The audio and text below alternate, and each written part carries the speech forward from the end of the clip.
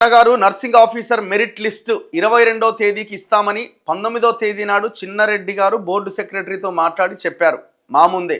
కానీ ఇప్పటి వరకు లిస్టు రాలేదు. కొంచెం లైవ్లోనే చిన్నారెడ్డికి కాల్ చేయండి. ఓర్ని అమ్మ, నెంబర్ లేనట్టుందిగా. ఉన్నదా నెంబర్? చిన్నారెడ్డి నెంబర్ లేదు బ్రదర్. అసలు యాక్చువల్గా నేను నిన్ననే ఇది కనుక్కొని మీకు చెప్తాను. చిన్నారెడ్డి గారి నెంబర్ ఉన్నది, ఒక్కసారి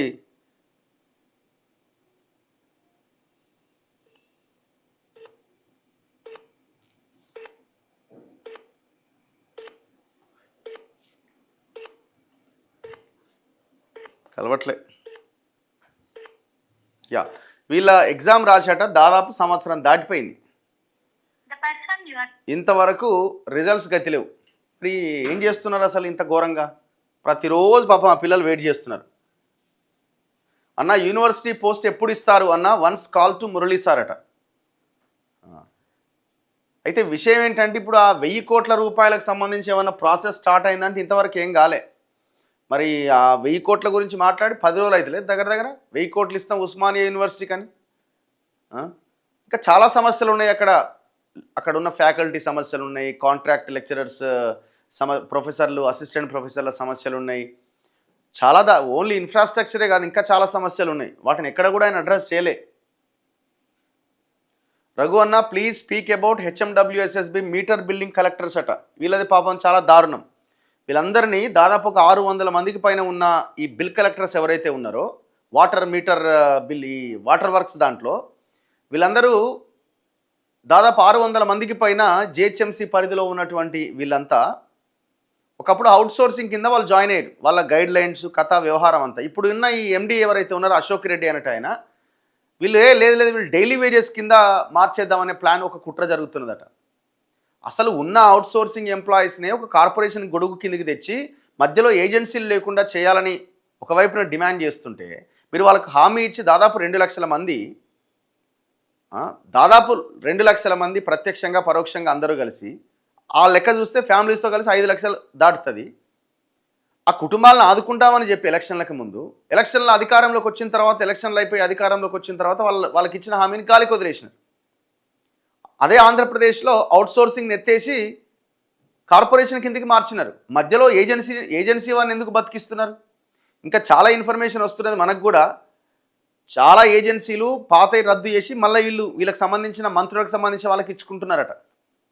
ఆ డేటా అంతా బయటికి తీస్తున్నాం. అంటే ఇది ఏంటంటే వీళ్ళకి సంబంధించిన వాళ్ళని బతికించడం కోసం, పార్టీ ఫండ్ ఇచ్చినోడో, లేకపోతే మంత్రికి సంబంధించినోడో, ఎమ్మెల్యేలకు దగ్గరగా ఉన్నోడో, ముఖ్యమంత్రికి దగ్గర ఉన్నోళ్ళో, కుటుంబ సభ్యులో, వీళ్ళు ఆ ఏజెన్సీల ద్వారా ప్రభుత్వ సొమ్మును తీసుకుంటారు అనమాట.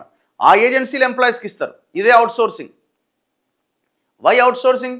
ఎట్లాగైతే కాంట్రాక్ట్ ఎంప్లాయీస్కి మీ ఫైనాన్స్ దాని నుంచి ఇస్తున్నారో, సేమ్ ఇది కూడా అట్లే ఇవ్వచ్చు కదా కార్పొరేషన్ పెట్టి. దానివల్ల ఏజెన్సీ వాడికి పోయే, ఆ ఎంప్లాయీ మీద వాడికి పోయే 3000, 4000, 5000 అదేదో డైరెక్ట్ ఎంప్లాయీకి ఇవ్వచ్చు కదా. వాడు ఒక పిఎఫ్ కట్టడు, ఒక ఈఎస్ఐ ఉండదు, ఏమీ ఉండదు. చేనేత సహకార ఎన్నికల గురించి మాట్లాడండి. అవును, ఇది కూడా చాలా ఇంపార్టెంట్ థింగ్. యాక్చువల్గా దాదాపు 14 ఏళ్ళు అవుతుంది చేనేత సహకార సంఘాలకు ఎలక్షన్స్ లేక. దుర్మార్గం అసలు ఇదైతే. 14 సంవత్సరాలు దాటిపోయింది. గతంలో కేసీఆర్ పక్కన పెట్టిండు, ఇప్పుడు రేవంత్ రెడ్డి దాని గురించే మాట్లాడతలేడు. కానీ మరి సంఘాలు ఏం చేస్తున్నాయి? పద్మశాలి సంఘాలు, యూనియన్లు ఏం చేస్తున్నాయి? రోడ్ల మీదకి రావాలి కదా. ముట్టడించండి, ముఖ్యమంత్రి క్యాంప్ ఆఫీస్ని ముట్టడించండి, ఆయన ఇంటిని ముట్టడించండి.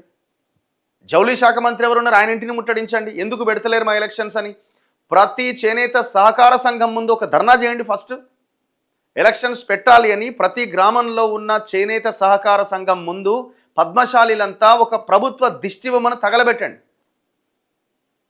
అక్కడి నుంచి మీ కార్యక్రమాన్ని స్టార్ట్ చేయండి. స్టార్ట్ చేసి హైదరాబాద్కి వచ్చేంత వరకు మీరు ఒక ప్లాన్ చేయండి.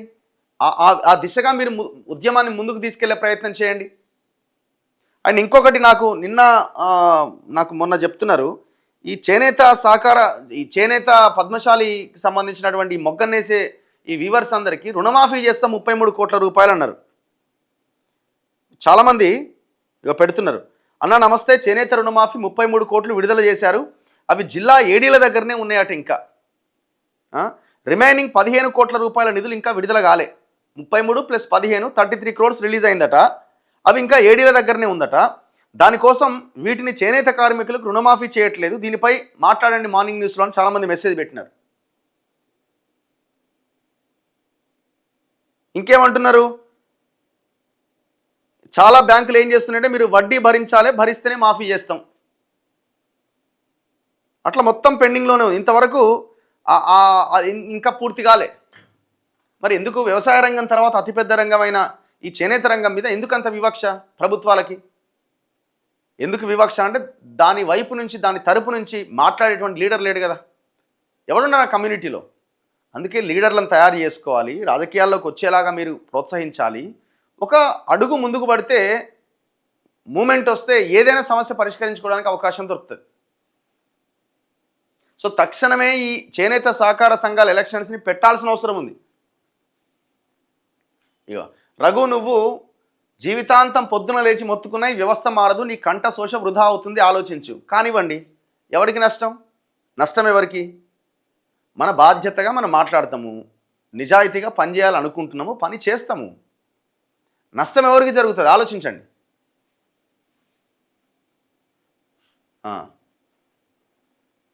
యూరియా యాప్ గురించి మాట్లాడండి తప్పకుండా.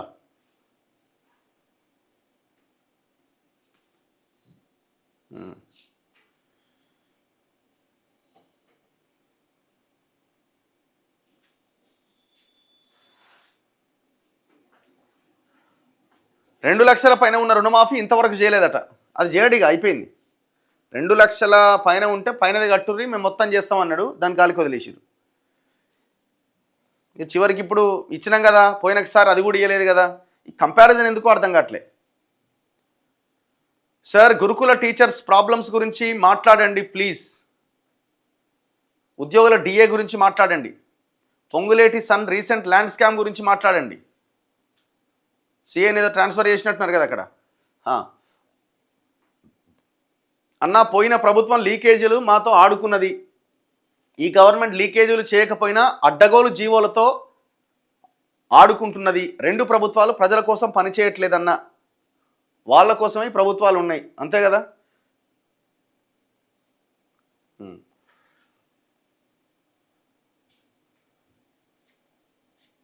కేసీఆర్ మళ్ళీ చంద్రబాబుని ముందు పెట్టి రాజకీయం చేస్తాడా?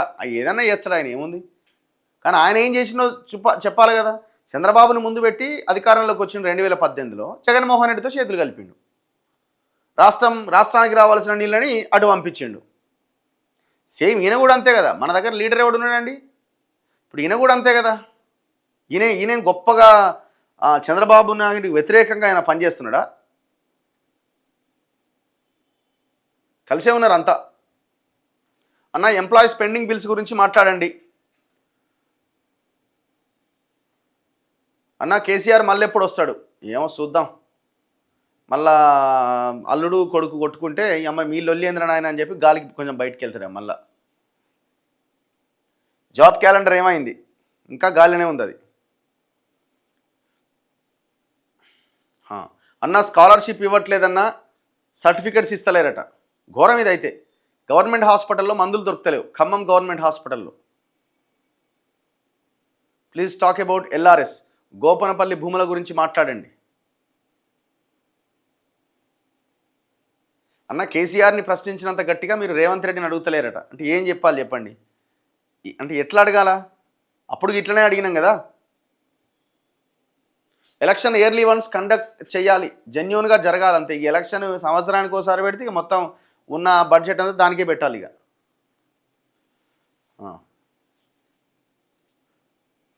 పోలీసుల డిఏ గురించి మాట్లాడండి అని అడుగుతున్నారు. రఘు, బంగ్లాదేశీ ఓటర్లు హైదరాబాద్లో ఎన్ని ఉండొచ్చట? ఏమో మరి, ఎలక్షన్ కమిషన్ చెప్తుంది. వాళ్ళు ఏదో సర్ అని చేయబోతున్నారు కదా ఓట్ల ప్రక్షాళన, అప్పుడు వాళ్ళు చెప్తారు ఎన్ని ఓట్లు ఉన్నాయి, ఎంతమంది ఉన్నారు ఏందన్నది. ఇప్పుడు బంగ్లాదేశ్ వాడు, ఇంకో దేశం వాడు పంపించేసేయండి, ఎవడొద్దన్నాడు? కట్టగట్టి తీసుకుపోయి ఏ దేశం అయితే ఆ దేశంలో దింపేయండి. ఎవడు ఇక్కడ ఉంచుకోవాల్సిన అవసరం లేదు. ఎవడన్నా అడ్డుకున్నా వాడిని కూడా పంపించండి, ఏమి ఇబ్బంది లేదు.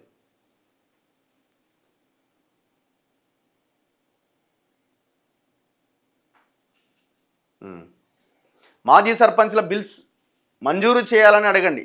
పాపం చాలా బిల్స్ పెండింగ్లో ఉన్నాయి వాళ్ళ అయితే. ఈ రైతు వేదికలు కట్టినాయి, రోడ్లు వేసినాయి. 10 ఏళ్ళుగా వాళ్ళకి పాపం బిల్లులు వేయలేదు. ఈయన వచ్చిన తర్వాత ఏమంటాడంటే పోయిన గవర్నమెంట్ బిల్లులు కదా అంటాడు. ఇప్పుడు నువ్వు పెండింగ్లో పెట్టినావు అనుకో, రేపు ఇంకో గవర్నమెంట్ వచ్చిందనుకో, రేవంత్ రెడ్డి హయాంలో బిల్లులు పెండింగ్ కదా అంటే ఏమైపోవాలా? ఏమైపోవాలి చెప్పండి సర్పంచ్లు? ఆత్మహత్యలు చేసుకున్నారు పాపం. అన్న రాష్ట్రం ఏర్పడి 12 ఏళ్ళు అవుతుంది, ఇంకా చంద్రబాబును విమర్శిస్తాడు ఏంటన్న కేసీఆర్? అందరినీ విమర్శిస్తాడు. వీళ్ళే కలిసి ఉంటారు, వీళ్ళే విమర్శిస్తారండి రాజకీయం కోసం. పైసల కోసం కలిసేది వీళ్ళే, రాజకీయం కోసం విమర్శించేది కూడా వీళ్ళే. ఇప్పుడు జిహెచ్ఎంసీ ఎలక్షన్స్ అప్పుడు ఆంధ్ర వాళ్ళ ఓట్లు కాలన్నప్పుడు కేటీఆర్ ఏమన్నాడు? హైటెక్ సిటీ కట్టిండు, చాలా డెవలప్ చేసిండు, ఆయన అసలు ఐటీ అంటే నేను చంద్రబాబు నాయుడు అని మాట్లాడిన సందర్భాలు చూడలేదా? మళ్ళీ ఎలక్షన్స్ రాగానే మళ్ళీ చంద్రబాబునే ముందు పెడతారు. సేమ్ అది అంతే, అంతకుమించి ఏముండదు. అసైన్డ్ భూములలో పట్టాల గురించి మాట్లాడండి. కాంగ్రెస్ ప్రభుత్వం వచ్చిన వెంటనే ఇస్తానన్నది ఇంతవరకు ఇయ్యలే. ఎన్ఐఏ ఆఫీస్కి పోతున్నా, పోవాలి కదా మరి. మధ్యాహ్నం తర్వాత 1 గంట తర్వాత వెళ్ళాలి, వెళ్తాం ఖచ్చితంగా.